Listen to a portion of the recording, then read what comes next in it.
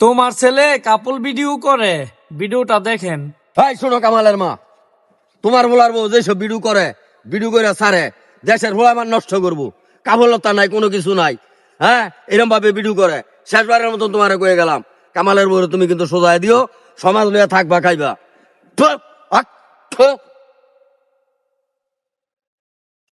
আল্লাহ, এই ছেলেটার জন্য আমি মুখ দেখাইতারি না, মাথাটা নিচু করে রাস্তা দাঁড়ুন লাগে, মান সম্মান একবারে দুলাই মিশাই দিতাছে। বউরের সাথে নিয়া বলে বেপরদা ভাবে নাটক করে, শুটিং করে, টিকটক করে। ইটা কি কাজ? হ্যাঁ, ইটা হেরার কোনো কাজ হইলো? আমি কইলে কি লাভ হইব? আমি বুড়া হয়ে গেছি গা, আমার কথা কি কোনো দাম দিব? আইব আর যাইব হেরার? সি সি সি সি সি, এই ধরনের কথা কইয়া যাইতো।